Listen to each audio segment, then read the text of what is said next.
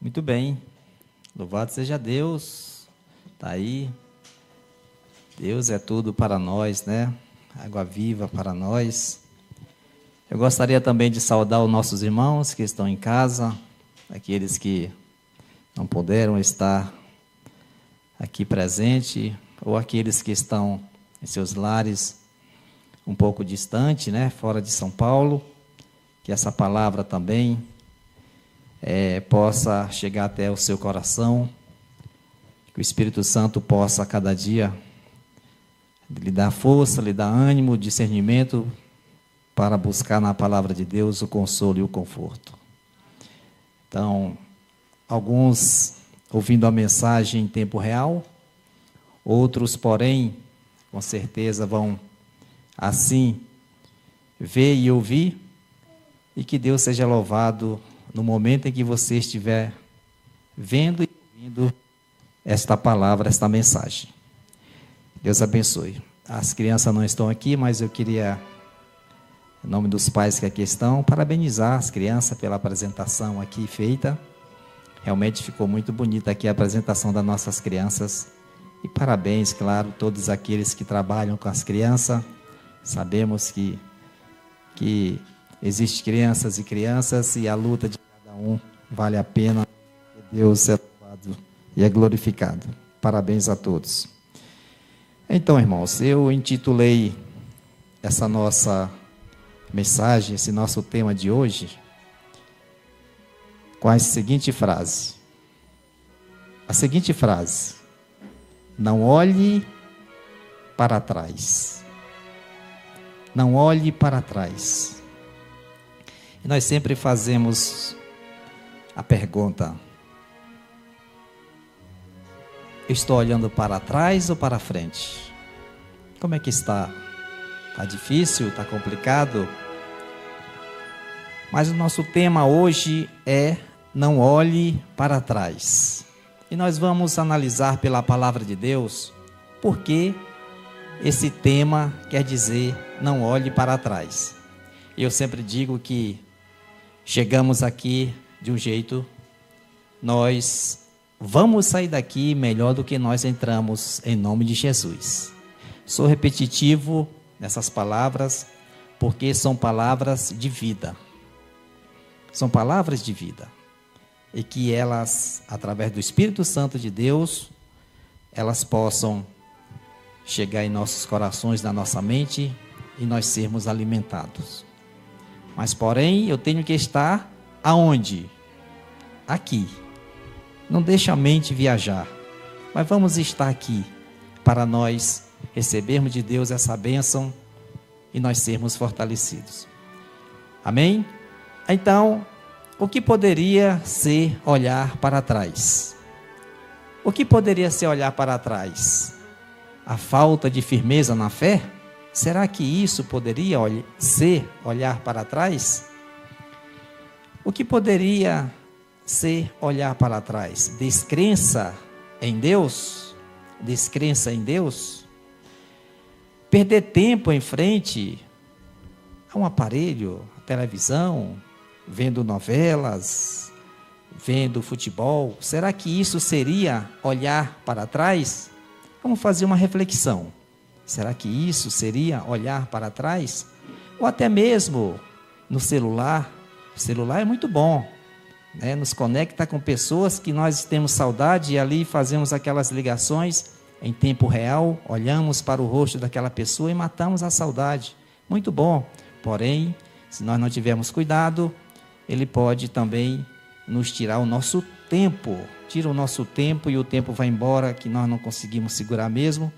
Quando pensa que não, o tempo já passou e eu perdi tempo. Será que isso não seria também olhar para trás? Saudade daquilo que ficou para trás e agora parece que quer voltar novamente? Nós temos na história, né? A palavra de Deus nos traz isso. O que seria olhar para trás? Ou seja, não valorizar aquilo que Deus nos deu para o seu propósito.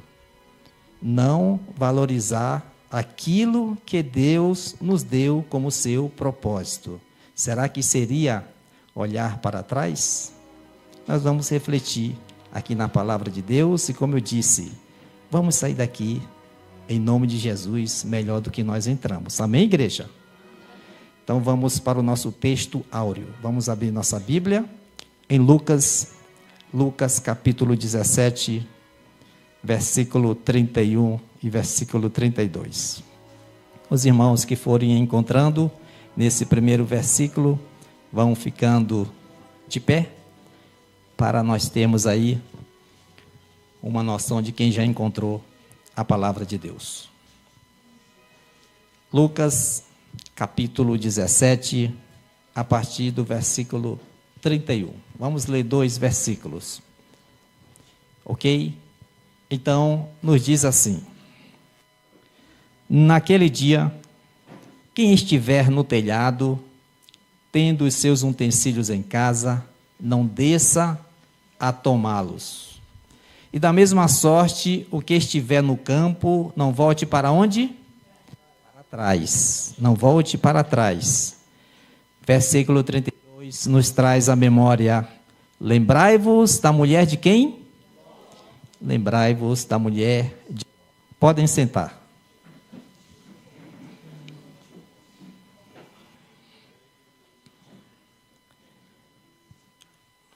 Lucas, o autor daquele primeiro livro em que aqui nós estivemos lendo no primeiro tempo, Atos, onde conta ali a história da igreja que estava crescendo, e nós ali analisando a viagem, a segunda viagem ali de Paulo.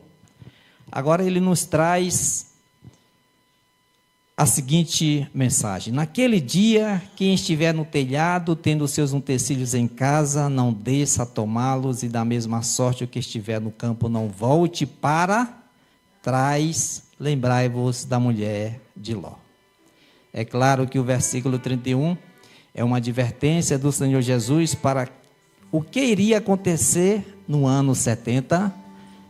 Jerusalém ia ser toda destruída pelo Império Romano, e o Senhor Jesus já advertindo os discípulos para aquilo que iria acontecer, para que eles não voltassem para trás, para que eles não voltassem a buscar algum utensílio em casa, porque a destruição seria terrível.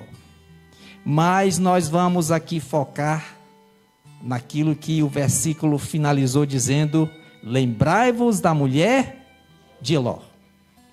Bom, pediu para nós lembrarmos, então agora nós vamos sair aqui, mais ou menos ali no período, chegando próximo ali ao ano 30 depois de Cristo. Agora nós vamos voltar um pouquinho lá em 1900 anos antes de Cristo, para nós lembrarmos da mulher de Ló, segundo a palavra de Deus. Jesus falou, vamos então buscar entender o que aconteceu lá. Relembrar, na realidade relembrar, que todos nós sabemos. Então vamos lá para Gênesis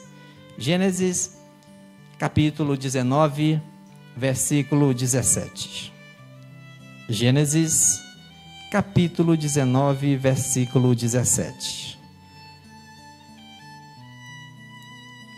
Diz assim, 19. Capítulo 19, 16, 17. Os irmãos podem ficar sentados nesses versículos seguintes. Ele, porém, demorava-se, e aqueles varões lhe pegaram pela mão, e pela mão de sua mulher, e pela mão de suas 2 filhas. Sendo-lhe o Senhor misericordioso, tiraram-no e puseram-no fora da cidade. Versículo 17 diz: e aconteceu que, tirando-os fora, disse: escapa-te por tua vida, não olhes para onde? Não olhes para trás, de ti não pares em toda esta campina, escapa lá para o monte, para que não pereças. Versículo 26 diz: e a mulher de Ló olhou para trás e ficou convertida numa estátua de sal. Numa estátua de sal.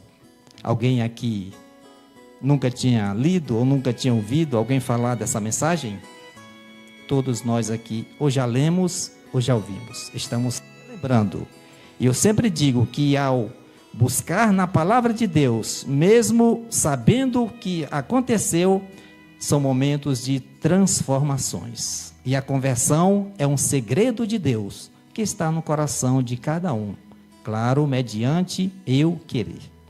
E nós vamos agora, irmãos, é claro que tudo isso aconteceu depois que Deus chama Abraão, né? Abraão seria uma grande nação, segundo a palavra de Deus, e ele ordena a seus filhos que guardassem a justiça e o juízo. Tá? Gênesis 18, 19. Ele ordena que seus filhos guardassem a justiça e o juízo. Aí Deus toma a seguinte decisão. Agora nós vamos contextualizar. Obrigado. Vamos contextualizar esse momento aqui que aconteceu. Gênesis capítulo 18. Estamos relembrando. Jesus falou: lembrai-vos da mulher de Ló. O nosso tema é aqui: não olhe para trás. Gênesis 18, versículo 20 diz: disse mais o Senhor: porquanto o clamor de Sodoma e Gomorra se tem multiplicado, e porquanto o seu pecado se tem agravado muito. E aí Gênesis 19, do 12 ao 15 diz: então disseram aqueles varões a Ló: tens alguém mais aqui? Teu genro, teus filhos, tuas filhas, e todos quantos tens nesta cidade, tira-os fora deste lugar. Então Deus, depois que dá ordem para Abraão, ele diz que o pecado de Sodoma e Gomorra se tem avolumado, e ele agora toma a decisão diante daqueles varões que tinham uma missão de fazer o quê? Versículo 13: pois nós vamos destruir este lugar, porque o seu clamor tem engrossado diante da face do Senhor, e o Senhor nos enviou a destruí-lo. Versículo 14: então saiu Ló e falou a seus genros, aos que o haviam de tomar suas filhas, e disse: levantai-vos, sai deste lugar, porque o Senhor há de destruir a cidade. Foi tido, porém, por zombador aos olhos de seus genros. Os seus genros olharam para trás. Ló, carinhosamente, misericordiosamente, um homem temente a Deus, um homem que testemunhava o amor de Deus na vida da família, simplesmente foi tido como zombador, diante de uma decisão que Deus tirou pela sua misericórdia. Queria tirar eles dali para que eles não participassem do juízo que ali ia acontecer naquela cidade. Simplesmente os genros olharam para trás, não ouviram a voz desse homem de Deus, Ló. Versículo 15 diz: e ao amanhecer, os anjos apertaram com Ló, dizendo: levanta-te, toma tua mulher, tuas duas filhas que aqui estão, para que não pereças na injustiça dessa cidade. E agora vem a missão daqueles anjos, tirarem Ló. Eu fico imaginando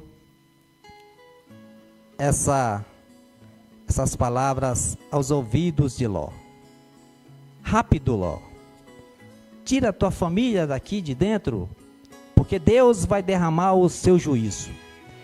E é interessante quando se fala de juízo de Deus, todas as vezes que Deus falava com seu povo, através de Moisés também, muito mais à frente, Deus falou para eles: quando vocês entrarem na terra que eu vos dar para vocês, que eu vou ali dar para vocês, vocês guardam os meus mandamentos, os meus preceitos, os meus estatutos, e Deus nunca esqueceu de falar, e os meus juízos. Porque o juízo de Deus é a prova daqueles que o buscam, que o temem. O juízo de Deus é isso. O juízo de Deus veio sobre esta cidade, por quê? Porque existia um homem fiel junto com a sua família, e receberam exatamente essa visita para que eles não participassem daquela condenação. O juízo de Deus, irmãos. Nós não fugimos da regra que Deus é amor, não temos dúvida disso. E sempre falamos, mas Deus também é justiça. Não é porque Ele é justiceiro, mas é porque Ele tem amor por aqueles que ali o buscam. Agora vamos imaginar uma coisa. Se Deus deixasse Ló, naquele momento em que Sodoma, ali falou aqui que os pecados se multiplicou e ia se multiplicar muito mais ainda. Imagina se Deus não tivesse tomado uma providência em ter tirado o seu servo de lá, em ter dado essa ordem. Onde ia parar Ló? Será que Ló ia aguentar toda essa iniquidade de Sodoma? Será que em certos momentos ele não ia sucumbir também? Mas Deus, pela sua misericórdia, deu a ordem para que Ló saísse de lá. Versículo 17, voltando um pouquinho, diz assim: E aconteceu que, tirando-os fora, disse: Escapa-te por tua vida, não olhes para trás, que de ti não pares em toda esta campina. Eu fico imaginando Ló olhando para a campina. Campina é um lugar plano. É um lugar plano, campina. E Ló olhando para toda aquela campina, imaginando: vou correr para a campina que está mais fácil. Porém, o versículo diz: escapa lá para onde? Para o monte. Então ele tinha que fazer um esforço a mais. Ele tinha que lutar mais ainda para escapar. E para o monte. Para o monte, porque lá era que eles estavam seguros.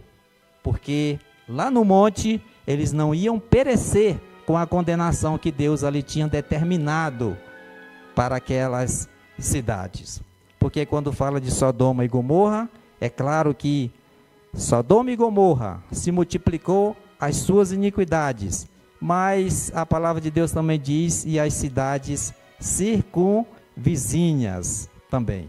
Ou seja, e o que o profeta Ezequiel nos diz sobre Sodoma? Ezequiel capítulo 16, 49 diz: eis que esta foi a maldade de Sodoma, tua irmã.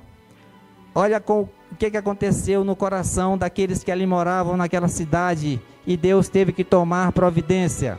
Não porque Deus foi um justiceiro, mas porque o que acontecia?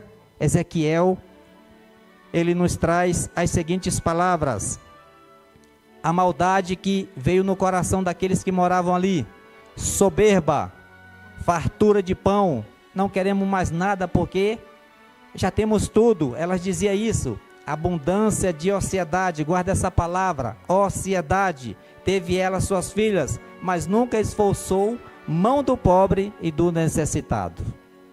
Sodoma, Gomorra e as cidades circunvizinhas, elas eram soberba, elas estavam fartas por pensar que não precisava mais de nada, e ela estava na ociosidade. Alguém não sabe o que é ociosidade? Ociosidade, segundo o dicionário, ele diz assim, é falta de disposição, é pressa ou empenho, preguiça, indolência, moleza. Ociosidade. Ociosidade é isso. Repetindo: falta de disposição, pressa ou empenho, preguiça, indolência, moleza. E a profeta Ellen White, ela diz sobre a ociosidade o seguinte: a ociosidade é a maior maldição que pode recair ao ser humano, pois o vício e o crime a seguem. Igreja, olha o que ela vai dizer, enfraquece o espírito, perverte o entendimento e contamina a vida. Uma pessoa ociosa, uma pessoa preguiçosa. Mas aí vem a pergunta: mas eu sou trabalhador. Aqui nós estamos falando de algo espiritual. Uma pessoa que tem preguiça de estudar a palavra de Deus. Uma pessoa que tem preguiça de fazer as suas orações. Porque a oração é que vai nos fortalecer. Nós nos tivemos aqui no primeiro tempo aquilo que Deus concedeu àqueles homens que estavam presos. Eles estavam presos, porém, eles estavam presos, mas a palavra estava livre. E através da fé, eles ali oravam a Deus, cantavam a Deus, e aconteceu o quê? Que Deus libertou ele das prisões. Então, se nós temos essa ociosidade, não gostamos de estudar a palavra de Deus, não oramos, nós temos que fazer o quê?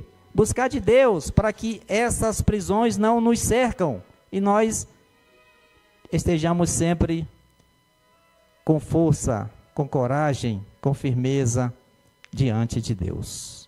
Então, e ela continua: Satanás arma emboscadas para destruir aqueles que estão desprevenidos, cujo tempo vago lhe dá oportunidade para insinuar-se sob alguns disfarces atraentes. Lembra que olhar para trás seria, muitas vezes, o nosso tempo de estudarmos a palavra de Deus. Nós estamos com o celular na mão, perdendo tempo, estamos na frente de uma televisão, vendo essas novelas terríveis que perturbam a mente, programas que perturbam a mente. Será que não seria isso olhar para trás? Vamos refletir, irmão, fazer uma reflexão em tudo isso. Porque se nós olharmos para tudo aquilo que os nossos irmãos do passado fizeram para nós termos aqui essa palavra de Deus, eles lutaram muito. E hoje nós somos esses personagens que Deus olhou para cada um de nós e colocou essa palavra dentro de nós através do Espírito Santo, que agora nós temos a responsabilidade de testemunhar esse amor de Deus. E ela diz: ele nunca é mais bem-sucedido do que quando vem as pessoas em suas horas ociosas. Ela falando que Satanás não, ele é muito bem-sucedido quando as pessoas vivem nas suas ociosidades, ou seja, não busca força em Deus através da oração. E o maior exemplo que nós temos na palavra de Deus, que alguém que buscou o Senhor, mesmo sendo filho de Deus, ele precisou estar sempre em oração, se fortalecendo. Jesus Cristo, o Senhor Jesus, até o final da sua vida e ressurreição, ele esteve sempre em comunhão com o Pai. O Senhor Jesus nos adverte e diz em Mateus, capítulo 6, versículo 19 e 21, dizendo: não ajunteis tesouros na terra, onde a traça e a ferrugem tudo consomem, e onde os ladrões minam e roubam. Versículo 20 diz: mas ajuntai tesouros no céu, onde nem a traça nem a ferrugem consomem, onde os ladrões não minam nem roubam. E o 21, porque onde estiver o vosso tesouro, aí estará também o vosso coração. A traça consome o mais valioso do tecido e a mais bela roupa. O ferrugem destrói o mais valioso metal, ou seja, tudo passa. Mas a palavra de Deus, ela permanece para sempre. Mas cabe a mim escolher. A Bíblia diz que Ló teve uma missão. Os anjos chegaram ali anunciando: sai da cidade, que Deus vai fazer juízo. Sai, e ainda diz assim: sai depressa, sai correndo, vai para o monte. Alguns zombaram, olharam para trás. A mulher de Ló saiu, mas no meio do caminho aconteceu o quê? Ela olhou para trás. Ela olhou para trás e simplesmente foi transformada numa estátua de sal. O juízo de Deus veio sobre ela, porque ela olhou para trás, ou seja, ela saiu de Sodoma, porém Sodoma não saiu do seu coração. Esse é o perigo, irmãos. Esse é o perigo. Deus nos resgatou lá do mundo, e nós aqui estamos lutando para que Deus, Ele aumente a nossa fé, nos converta a cada dia, através do seu Santo Espírito. Nós somos os personagens da vez. Então Deus confiou em cada um de nós a sua palavra. Mais uma vez eu digo: a traça consome o mais valioso tecido, a mais bela roupa. O ferrugem destrói o mais valioso metal. Tudo é destruído. Por isso que Jesus falou: porque onde estiver o vosso tesouro, aí estará também o vosso coração. E em vez de eu estar olhando para frente, eu estou olhando para trás. O convite do Senhor Jesus e algumas desculpas. Senhor Jesus faz o convite e disse a outro: segue-me. Mas ele respondeu: Senhor, deixa primeiro que eu vá enterrar o meu pai. No convite de Cristo, um falou para ele: deixa primeiro eu enterrar o meu pai. Versículo 60 diz: mas Jesus lhes observou: deixa aos mortos enterrar os seus mortos, porém tu vai, anuncia o reino de Deus. O que Jesus estava falando? Os mortos. Que mortos? Espirituais. Mortos espirituais. E aqueles que ele fala também mais uma vez dizendo: deixa os mortos, aqueles que estão mortos espirituais, enterrar os seus mortos, aqueles que estão mortos fisicamente. Ou seja, eles estavam errados? Não, estavam certos. Porque era a última homenagem que ele poderia fazer aos seus mortos, levando para o cemitério, fazendo todo aquele cerimonial de uma pessoa que morre.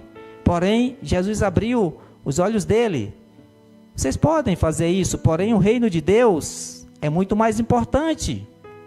Jesus estava abrindo a mente deles, que isso era muito mais importante. Por isso que Jesus falou: aquele que não deixar pai, não deixar mãe, muitas vezes pelo meu evangelho, não é digno do reino do meu Pai. São palavras de Cristo. São palavras de Cristo. Por isso que Jesus falou: deixe os mortos enterrarem os seus mortos. Nós não podemos nunca deixar as coisas materiais tomar conta daquilo que é o espiritual. Porque tudo passa, irmãos. Trabalho passa. Mas a palavra de Deus, essa permanece para sempre. Não vamos olhar para trás. Daqui, cada dia mais, nós estamos vindo aqui, isso é olhar para frente. Isso aqui é olhar para frente. Saímos lá da nossa casa para vir adorar o Senhor aqui no templo. Isso é olhar para frente. E vamos cada dia mais olhar para frente, servir esse Deus. Disse também outro: Senhor, eu te seguirei, mas deixa-me despedir primeiro dos que estão em minha casa. Jesus lhe disse: ninguém que lança a mão do arado olha para onde? Olha para trás. É apto para o reino de Deus. Tudo que eles estavam pedindo era lícito fazer, era demonstração de amor. Porém, Jesus estava abrindo a mente deles que o reino de Deus é muito mais importante do que qualquer outra coisa. E o exemplo de olhar para trás, 2 Timóteo capítulo 10 diz: porque Demas me desamparou, amando o presente século, e foi para a Tessalônica, Crescente para a Galácia, Tito para a Dalmácia. Estevão, cheio do Espírito, disse, estou lendo em Atos capítulo 7, 38, 41, que diz: este é o que esteve entre a congregação no deserto, com o anjo que lhe falava no monte Sinai com nossos pais, o qual recebeu as palavras de vida para nos dar. 39, ao qual nossos pais não quiseram obedecer, antes o rejeitaram, em seu coração se tornaram aonde? Ao Egito. Deus pega Moisés: tira o meu povo das mãos desse ditador. O povo começa a andar, com poucos meses lembraram e voltaram para trás. Já tinha sido resgatado, já tinha sido liberto, porém estavam lembrando das comidas, das delícias, porém esqueceram do pior, que eles não tinham a liberdade em servir a Deus, em adorar o Senhor. E Deus ali estava tirando eles, para que eles tivessem essa liberdade em adorar o Senhor. Irmãos, hoje nós temos essa liberdade em adorar o Senhor. Apocalipse vai nos trazer que vai chegar um momento em que aquilo que aconteceu no passado, a igreja de Deus vai passar também. Apocalipse capítulo 13, Apocalipse capítulo 17. Tudo isso, irmão, vai se repetir. Tudo isso, mas porém, hoje nós estamos numa escola buscando de Deus a força, o ânimo para nós estarmos fortalecidos.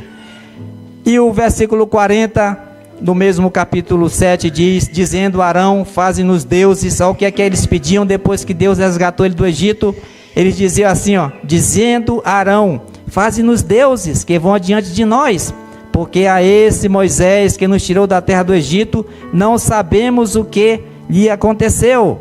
E o 41, e naqueles dias fizeram o bezerro, ofereceram sacrifícios aos ídolos e se alegraram nas obras das suas mãos. O homem é tendencioso, irmãos. O homem é tendencioso. Poucos dias que eles tinham saído, tantos milagres que ali Deus tinha feito, porém, eles simplesmente esqueceram os milagres que Deus tinha feito para prevalecer os seus desejos. Os seus desejos. Ou seja, saíram do Egito, porém, o Egito não saiu deles. O mundo não saiu deles, porque o Egito é o símbolo daquilo que se faz de errado.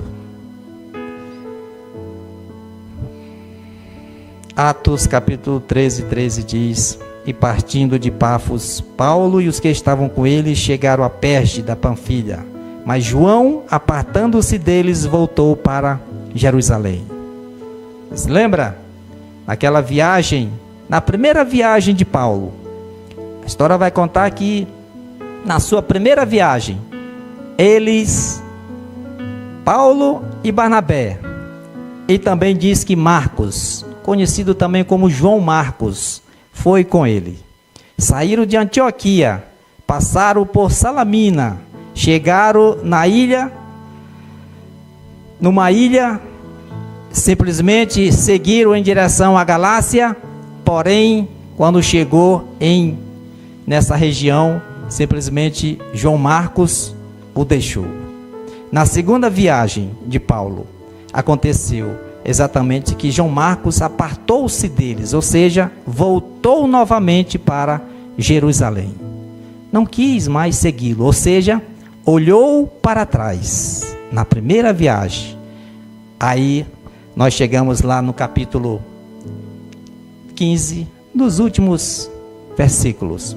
Vai dizer que Paulo convida de novo Barnabé. Barnabé, vamos voltar novamente nesta segunda viagem para ver os nossos irmãos. O roteiro era para voltar novamente pelo mesmo caminho. Porém, Barnabé falou para Paulo: eu vou levar Marcos com nós de novo. E Paulo disse: não. Lembra que na primeira viagem ele abandonou nós, olhando para trás? Essa atitude de Paulo, será que foi a certa? Bom, a gente está vendo o outro lado de Paulo. Paulo não aceitou levar João Marcos, porque João Marcos tinha abandonado eles na primeira viagem. Aí a Bíblia diz que Barnabé, porque João Marcos era seu primo, levou ele na primeira viagem, na segunda viagem, pelo mesmo caminho que eles fizeram a primeira. E Paulo chegou, convidou Silas e foi agora por terra para a Galácia. Ele foi pelo mar Mediterrâneo, Barnabé e João Marcos, e Paulo foi por terra, saindo da Antioquia, indo até a Cilícia. Tarso era de Cilícia, e ele ficou por alguns momentos, por alguns dias, e depois seguiu até as outras regiões, e aí onde nós estamos lendo no primeiro tempo, aquela viagem, aquela segunda viagem ali de Paulo. Ou seja, mas aí houve esse contratempo, onde a Bíblia diz que Paulo ficou muito triste com a decisão de João Marcos abandoná-los, olhar para trás. Porém, nós temos que fazer justiça. Ficou por aí? Houve-se o perdão? Claro que sim. 2 Timóteo capítulo 11 diz: só Lucas está comigo. Toma Marcos. Lembra que Marcos tinha abandonado ele lá? Agora Paulo escrevendo para Timóteo, diz: toma Marcos e traze-o contigo, porque me é muito útil para o ministério. Agora Paulo escreve para Timóteo dizendo: envia João Marcos, porque ele é muito útil no ministério. Mas lembra o que aconteceu lá atrás? Porém houve-se o perdão. Ou seja, João Marcos, a história conta que ele é o mesmo autor do seu próprio livro, um dos evangelhos. Foi ele que escreveu esse João Marcos. Mas o que nos faz olhar para frente e por que não devemos recuar, ou seja, olhar para trás? Hebreus capítulo 10, 38 diz: mas o justo viverá da fé, e se ele recuar, ou seja, se ele voltar atrás, a minha alma não tem prazer em quem? Nele. O autor aos Hebreus diz: mas o justo viverá da fé. E se ele recuar, voltar atrás, a minha alma não tem prazer nele. Ao mesmo tempo que a história conta que João Marcos voltou para trás, no meio da viagem, abandonando Barnabé e Paulo, porém ele veio a se converter. Ele olhou para frente, porque a fé falou mais alto. E a fé tem que falar mais alto, realmente, irmãos. Problemas. Quem não tem problemas, dificuldades na vida? Todos nós temos. Mas a palavra de Deus está dizendo para nós olhar para frente. Porque se eu recuar, Deus não tem prazer nele.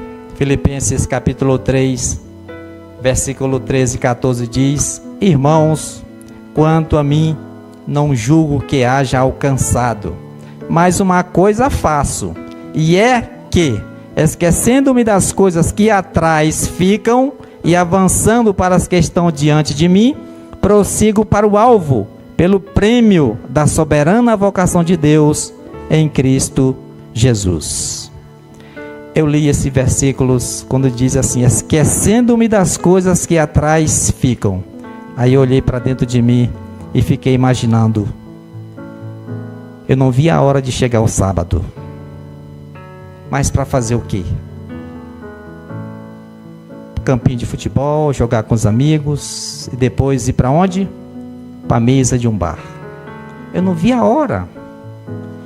E agora eu peço a Deus, esquecendo-me das coisas que atrás ficam e avançando para a questão diante de mim.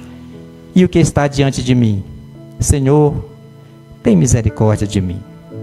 Senhor, aumenta a minha fé.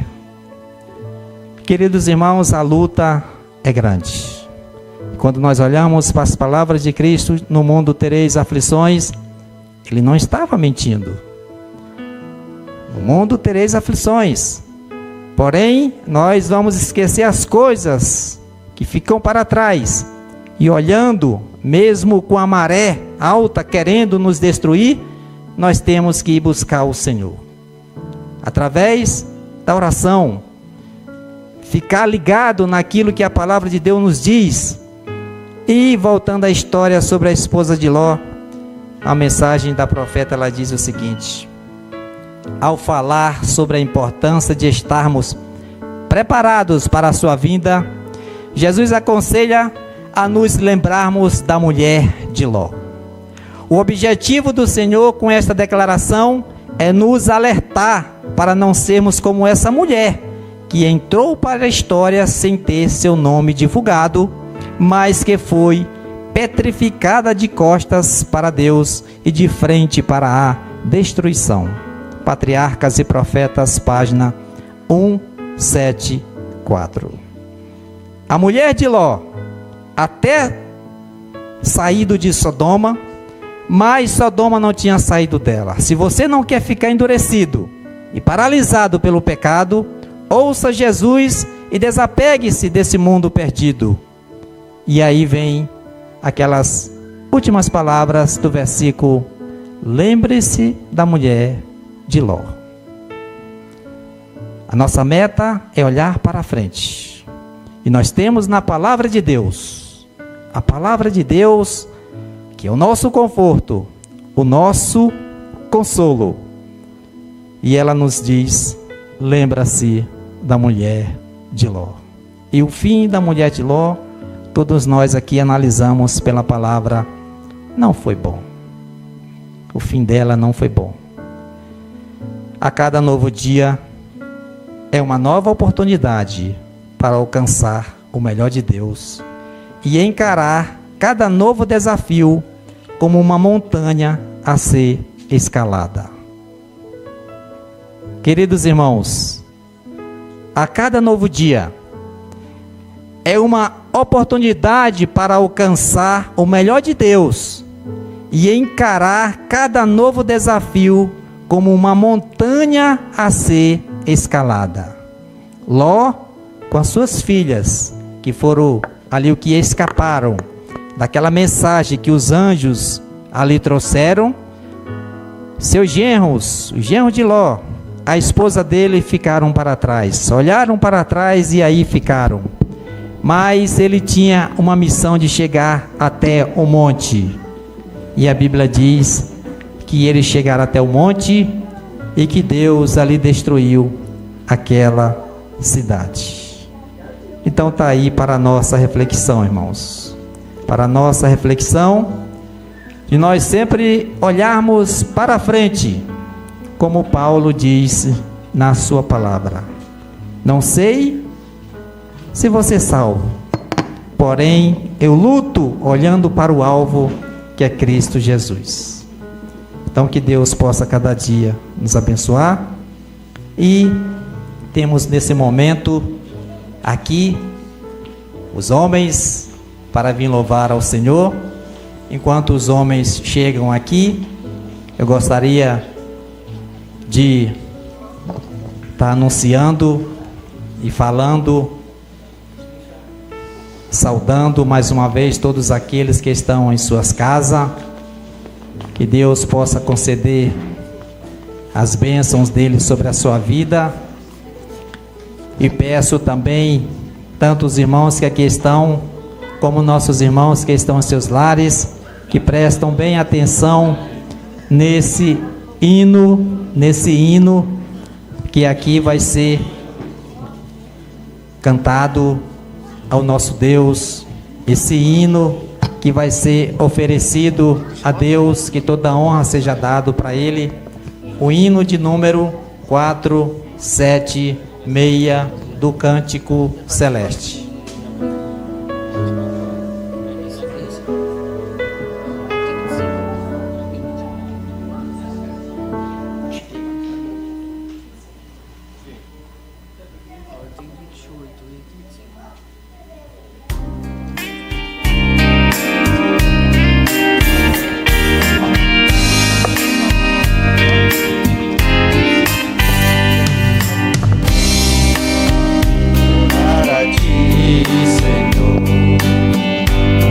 Somente olhar a Ti, Senhor. Somente olhar a Ti, Senhor, e não olhar atrás. Seguir seu caminhar, Senhor. Seguir sem vacilar, Senhor.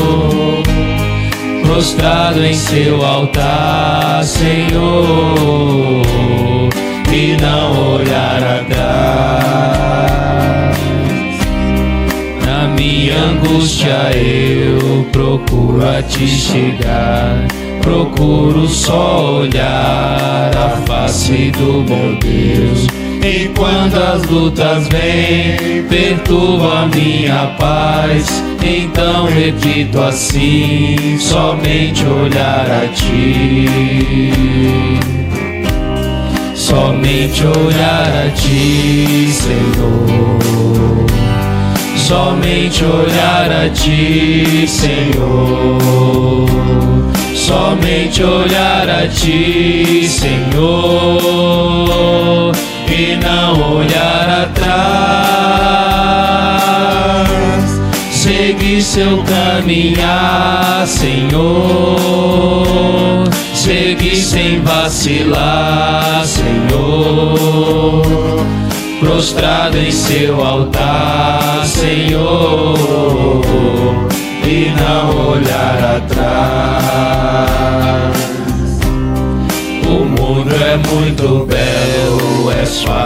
de ilusão, mas isso não traduz pra mim satisfação. Eu olho para o céu e vejo uma luz, então eu digo assim: somente olhar a ti, somente olhar a ti, Senhor, somente olhar a ti, Senhor, somente olhar a ti, Senhor, e não olhar atrás.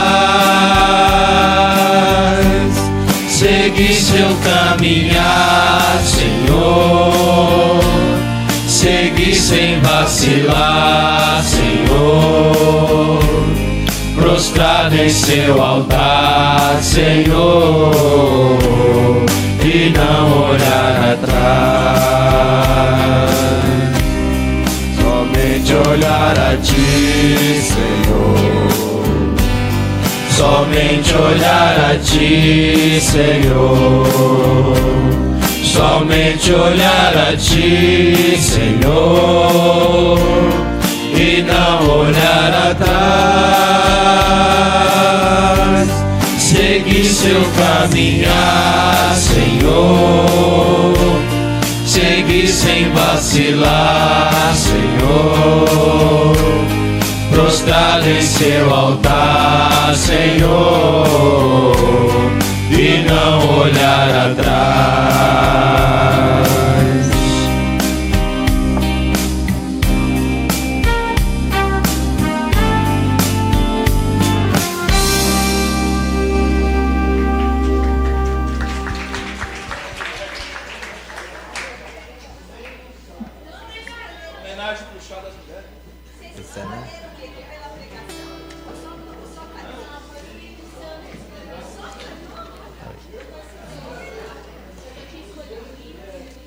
Muito bem, irmãos.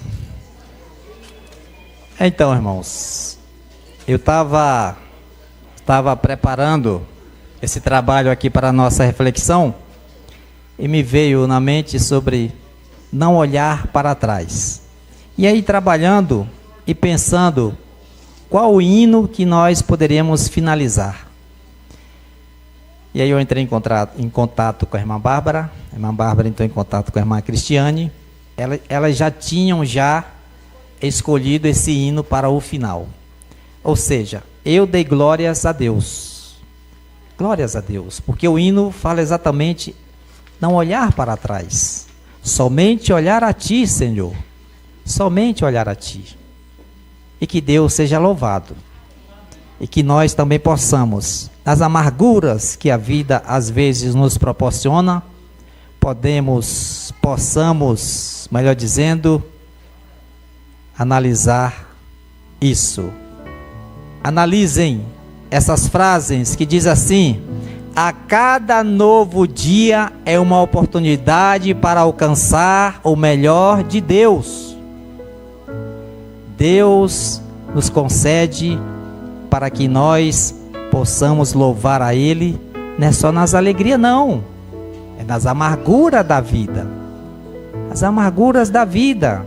Por quê? Porque temos um adversário terrível.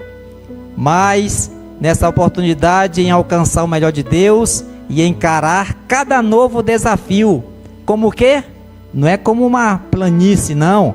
É como uma montanha a ser escalada. É uma montanha a ser escalada. Então, se nós olharmos para o céu, e a Bíblia diz assim: qual é o homem que consegue chegar lá? Ninguém. Mas sonhamos. E a palavra de Deus, diante do propósito de Deus, Ele tem um plano para cada um de nós. Mas nessa escalada, nós temos que buscar de Deus através da oração e, como disse o hino aqui, somente olhar a Ti, Senhor. Deus nos abençoe, em nome de Jesus Cristo, que essa palavra possa penetrar nos seus corações através do Espírito Santo, que possamos cada dia estar sendo fortalecido no Senhor. Não peço só para os irmãos que aqui estão presentes, mas todos aqueles que estão em sua casa. Independente de você estar ouvindo essa mensagem, pode ser pela manhã, pode ser à tarde, pode ser à noite ou pela madrugada. Que essa palavra possa chegar até o seu coração e através do Espírito de Deus, você possa cada dia conhecer a verdade do Senhor, em nome de Jesus.